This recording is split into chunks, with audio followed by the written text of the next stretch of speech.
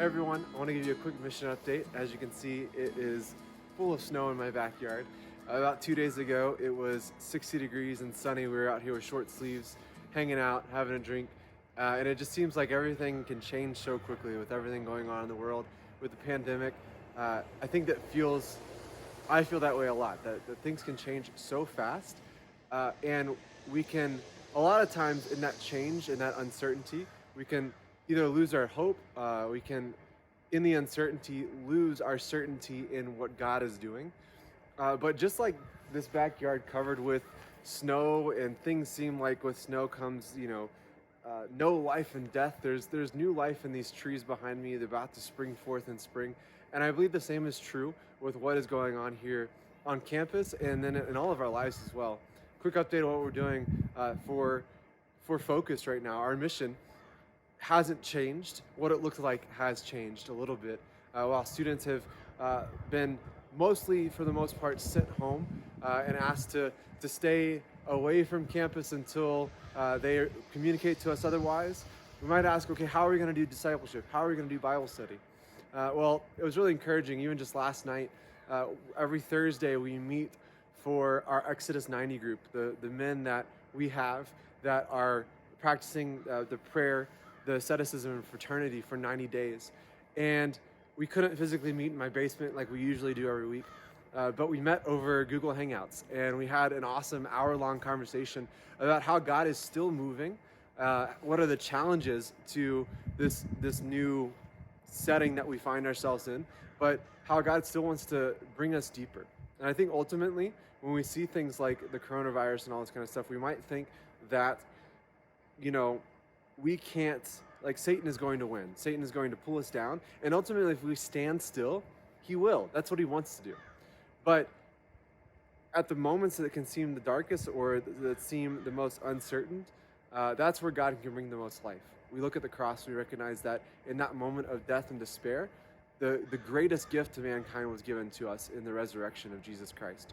And so I want to encourage you, first assure you that this mission is still living on. We're still going to be doing discipleship every week. I'm going to be talking to my disciples every day. Kathleen is as well. We're going to be having Bible studies online. I want to say that as not just to say, hey, we're still doing a mission, but also to encourage you in that Satan doesn't have to win. I think for me as a father, I've been thinking about what my first few days being inside looked like into my last 2 days. The first 2 days, I kind of just went along. Things were, shaky, uncertain, and all that kind of stuff. And I was a little bit discouraged. I was discouraged that I couldn't go to Mass. I was discouraged that I've been bringing Luke Thomas to Holy Hour, and we couldn't go to see Jesus exposed in the Eucharist. I was exposed as a father, as a missionary, as a husband. I felt just like I didn't have a grasp on things. And then Kathleen and I sat down, and we said, what is our life going to look like now? Now that we are in the house a lot, now that we're having to do a lot of our mission digitally, what does our family life look like? And we decided that, every morning at 8 a.m. we're going to, jump in and join St. Anthony's for daily Mass. Thank you guys for doing that, the All St. Anthony's parishioners. Every night we're still gathering around our home altar and praying a decade of the Rosary and saying the Salve Regina. And throughout the day, we're opening the Bible together whenever we can and praying together. I want to encourage you, especially you fathers, when we can't have access to our spiritual fathers as much when it comes to priests. A lot of times we can't go to daily Mass, all these things that we see that we feel a real lack. We have authority as fathers to be the father of our domestic church. John Paul II talked about how the building block of society is the family. And the building block of the church is the family, the domestic church, he coined it. And so I want to encourage you fathers and let you know that I'm specifically praying for you. And please pray for me as I try to lead my family well during this time.